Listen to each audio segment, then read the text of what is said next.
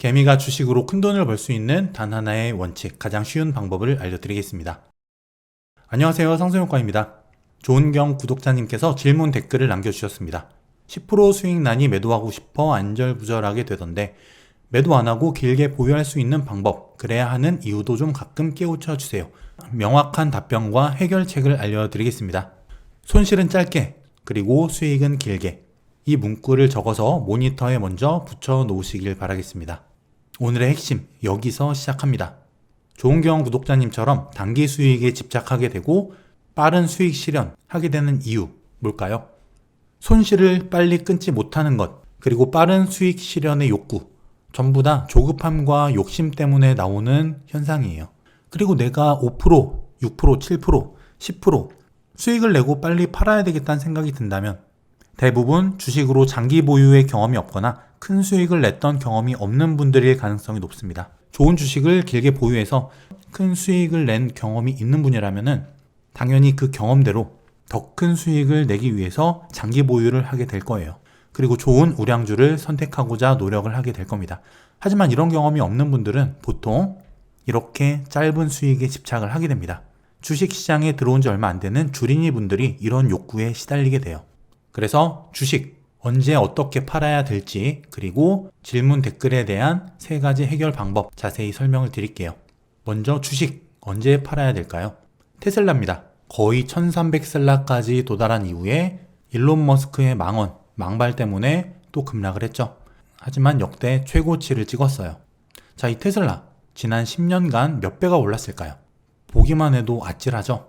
바로 6달러입니다. 10년 전 6달러에서 1243달러까지 10년 동안 무려 206배가 상승을 했어요. 어마어마한 상승률이죠. 애플은 어떨까? 지난 10년간 11년 11월부터 현재까지 13달러에서 157달러까지 10년간 11배가 상승을 합니다.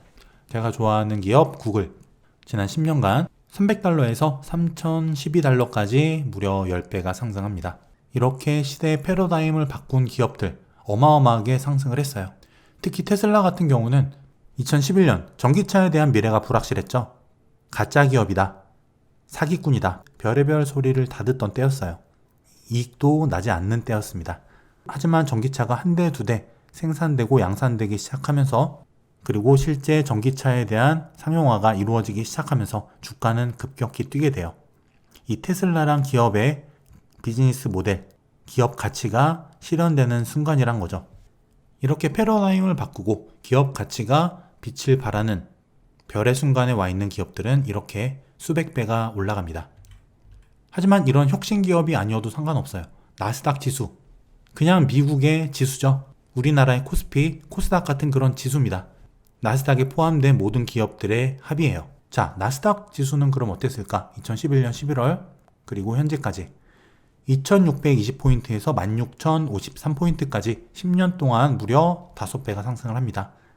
개별 기업도 아니고 한 나라의 지수예요. 10년 동안 무려 5배가 올랐다는 겁니다. 이렇게 주식시장 자체는 그 자체의 특성상 우상향한다는 특성을 가지고 있어요. 내가 특별히 공부가 부족하고 종목 선정에 대한 노하우나 실력이 없더라도 지수만 샀더라도 최소 5배 이상의 수익을 낼 수 있는 시장이 바로 미국의 주식시장이라는 겁니다. 특히 시대 주도주, 테슬라, 애플, 아마존, 구글 이런 기업들이죠. 우리의 삶의 패러다임을 바꾸는 기업이에요. 이런 기업은 몇 배에서 몇십 배가 상승합니다. 구독자님께서 고민하시는 5%, 10% 이런 개념이 아니라는 거죠.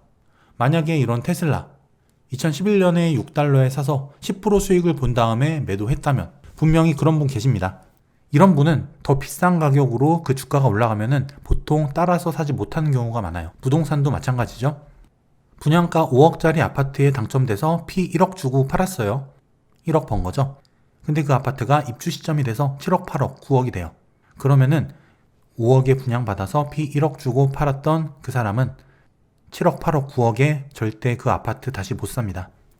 같은 원리예요. 내가 보유한 종목, 주식이 시대 주도주, 성장주라고 한다면은 안 파는 게 답입니다. 그러기 위해서는 내가 먼저 산 주식, 내가 보유한 주식의 특성을 알아야겠죠. 내가 가진 주식이 시대 주도주냐, 아니면 사이클 기업이냐, 산업이 꺾이고 있는 쇠퇴 기업이냐, 이걸 먼저 알아야 돼요. 시대 주도주라면은 뒤에서 매도 방법을 알려드리겠지만 길게 보유합니다. 사이클을 타는 산업에 속해 있는 기업이라면 사이클이 꺾일 때 팔고 사이클 바닥에서 사면 되겠죠. 쇠퇴 기업이라면 그냥 지금 팔면 됩니다. 여러분이 지금 먼저 보유하신 종목의 특성을 먼저 알아야 돼요. 내가 시대 주도주를 보유하고 있다면 어떻게 팔아야 될까? 먼저 성장성이 훼손되면 매도하면 됩니다.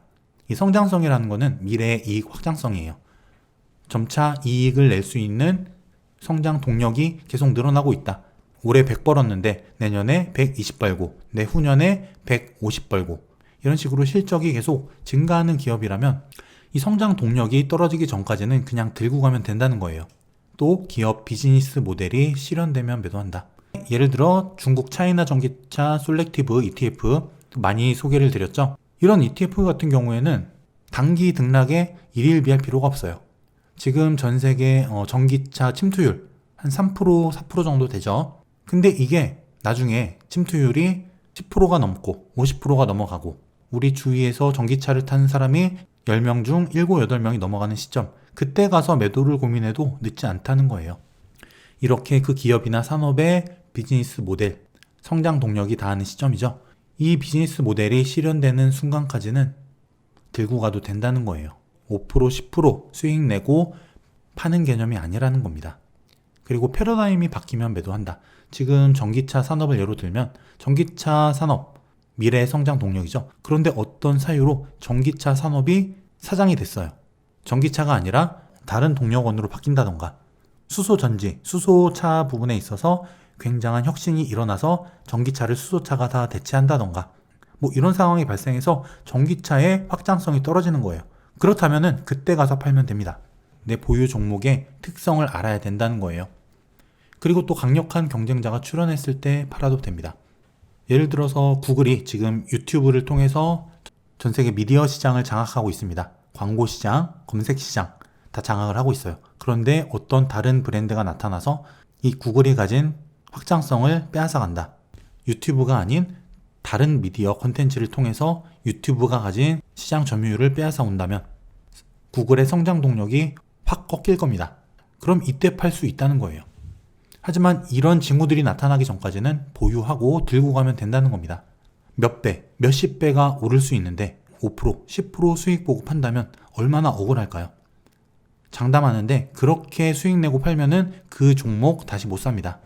그리고 여러분이 지금 보유한 종목을 이 영상이 끝나는 대로 바로 분석을 해보는 겁니다.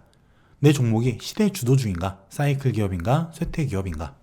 그리고 내가 이 종목을 샀던 그 이유를 3가지만 적어보는 거예요. 그래서 그 이유가 훼손됐다면 즉시 팔아야 됩니다. 그게 아니라면은 지금의 가격 조정은 싼 값에 더 많이 좋은 주식을 살 수 있는 기회가 될 수 있겠죠. 저 같은 경우도 안 파는 주식이 2개가 있습니다. 바로 미국 나스닥 ETF와 삼성전자예요. 물론 삼성전자는 사이클 기업입니다. 반도체 사이클 업황에 따라서 이익 규모가 들쭉날쭉하죠. 하지만 몇십 년 동안 시총 1위 유지를 하고 있는 우리나라 대표 우량 기업이에요. 망하지 않는 기업이죠. 100조가 넘는 현금을 들고 있습니다. 물론 등락은 하지만 그 등락을 깔고 장기 우상향해온 기업이기도 하고요. 이렇게 내가 보유한 종목의 특성을 먼저 알아야 돼요. 그리고 그 기업을 내가 산 이유 3가지, 그리고 그 이유가 한 가지라도 훼손이 됐다면 매도를 고민하거나 조금씩 분할로 매도를 준비하셔야 됩니다. 만약에 내가 보유한 종목이 일회성 테마주라고 한다면 그 테마가 끝나기 전에 수익이 났을 때 적절한 시점에 분할로 매도하는 게 좋겠죠. 이렇게 내가 보유한 기업이 특성이 뭐냐, 특성에 맞춰서 매도를 준비하셔야 된다는 말씀을 드리는 겁니다. 내가 장기 투자를 못하고 있다면 짧은 수익에 목매고 5%, 10% 수익 보면 바로 매도하고자 하는 충동에 시달리고 있다면 이렇게 해보시기 바랄게요. 지금 단기에 많이 치우쳐져 있을 겁니다. 매매 스타일이. 그렇다면 점차 중기 투자, 장기 투자로 조금씩 그 스펙트럼을 넓혀가는 거예요. 의도적으로 보유 기간을 늘려가는 겁니다. 이렇게 포트폴리오를 의도적으로 확장을 계속 해나가다 보면은 나도 모르게 장기 투자를 의무적으로 하고 있는 모습을 보게 될 거예요. 단기 투자 종목 일부, 그리고 중기 투자 종목 일부, 또 장기 투자 종목 일부, 이렇게 포트폴리오를 크게 3개로 나누어서 매매 타이밍을 나누는 겁니다. 장기 투자는 꾸준히 보유하면서 단기 투자로 말씀하신 2%, 3%, 5%, 10% 이런 수익을 내고 매도하는 거예요. 중기 투자도 마찬가지입니다. 기간에 따라서 매도 전략을 바꾸는 거죠. 매도에 대한 욕구는 이 단기 투자와 중기 투자로 풀어내는 거예요. 장기 투자는 조금 매도를 참는 거죠. 그래도 매도에 대한 욕구를 못 버티겠다, 못 참겠다 한다면 이 장기 투자 계좌, 이거는 계좌를 다른 계좌로 분리시키는 거예요. 별도 계좌로 관리하면서 거기에다가 장기 투자 종목을 따로 넣어 놓습니다. 그러면 플러스 마이너스 안 보이겠죠? 그냥 내 눈에서 잊혀지는 거예요. 그래도 자꾸 이 계좌에 들어가 보게 된다. 그러면은 아예 증권사를 따로 만듭니다. 다른 증권사, 잘 안 쓰는 증권사 계좌를 터서 그쪽 계좌에다가 장기 투자 종목을 넣어 놓고 그 어플을 아예 지워버려도 효과가 있어요. 이렇게 의도적으로 내가 장기 투자를 하는 연습을 하는 겁니다. 시스템을 만들어 놓음으로 인해서 내 충동을 줄여 나가는 거죠. 그리고 장기 투자가 정 어렵다면 의도적으로 보유하는 연습을 해보세요. 처음에는 그냥 소액, 적립식으로 장기 투자를 합니다. 금액이 적기 때문에 크게 신경이 안 쓰이실 거예요. 그리고 내가 점차 종목 분석에 대한 내공이나 인내심 이런 것들이 쌓여간다면은 그때 가서 큰 금액으로 장기 투자를 시작하는 겁니다. 이것도 좋은 방법이에요.